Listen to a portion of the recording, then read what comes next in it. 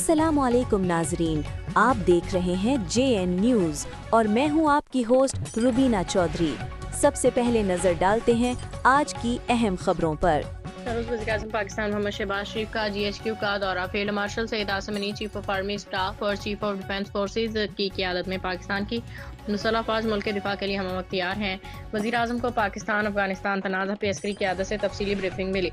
फितनल ख़वारिज के इत्तेहाद अफगान तालिबान की हुकूमत और उनकी बदनीयती पे मबनी सरगर्मियों के खिलाफ ज़ीरो टॉलरेंस अपनाया जाए। PM अफगान तालिबान हुकूमत और फितना ख़वारिज के पाकिस्तान के खिलाफ कार्रवाइयाँ नाकाबिले कबूल हैं।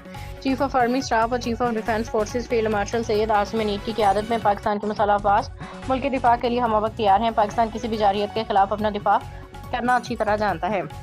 वज़ीर आज़म ने अफगान तालिबान हुकूमत के सरहदी इलाकों में हमलों को नाकाम बनाने और भरपूर जवाबी कार्रवाई करने पर पाकिस्तान की मुसल्लह अफ़वाज की पेशा वराना सलाहियतों की तारीफ की।